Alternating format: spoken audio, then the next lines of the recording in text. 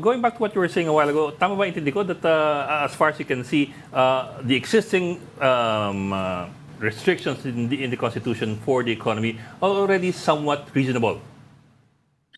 In my view, Yes, sir. they are. Yes, sir. Because there are certain areas in the economy which I consider more than just profit.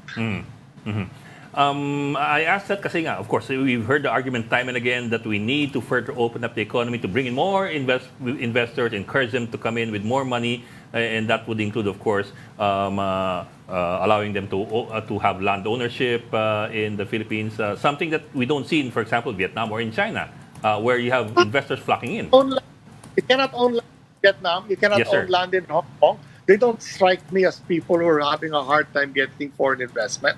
So land ownership, as long as you have proper long-term leases with land use rights, it's not a deal breaker. Now, will it help? Probably it will help, but it's not like such a critical issue that it's going to make or break economic progress. That's my view on land ownership. I give it, you cannot give it. I frankly think it's a minor issue. Now, on utilities and certain sectors, for example, one of the things with, let's say, airlines in the U.S., in times of emergency, the U.S. Armed Forces uses them to transport troops and material. All right? That's why it has to be 51% American-owned and American-managed. Now, the same people who want to open up your utilities are the same people saying we should buy back NGCP. Make up your mind. Do you want to open it up or you want to sell it? Now, can you imagine all the complaints people are making on NGCP if at that time it was privatized, it was allowed 100% foreign ownership? I wonder what people would be saying now. Because it's now, 40% owned by China? Yeah. And then people are complaining. And what more if it was 100% foreign? So my point is, some things need a reasonable balance.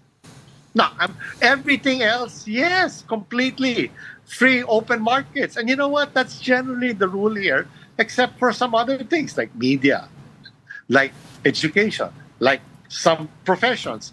You have to be a Filipino to be a lawyer, the medical profession, things like that. But apart from those, it's pretty much open. Well, sir, of course, you've seen the software commercial that was very, very well made. It strikes a chord with a lot of Filipinos on the ground. Pero nga, the message being na napag-iwanan tayo because of all these restrictions. So it's actually good to hear what you're saying.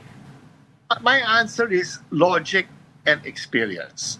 If other countries with more restrictions are the ones who left us, then are the restrictions the reason we got left behind? Right? You cannot have a premise that is not proven. If, let's say, your premise is if you open it up to everything, this wouldn't have happened. But yet, you look at China, where you couldn't even get into telecom before, and now telecom can only be minority owned, and it's not even private sector companies that own it, but the state. And same Vietnam. And I mentioned the other examples earlier. So is that we're mixing two things. Have we been left behind by everybody? Yes.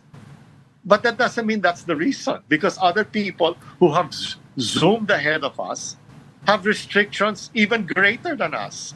So maybe the problem is not the restrictions, the problem is something else. Okay. But is there a problem? Yes. Have we fallen behind? Yes. Are we a laggard over 60 years, regardless of political system? Yes. But is your solution the solution? If that was such a gating item, why has Vietnam done so well? Why has China done so well? When their foreign restrictions are greater than ours.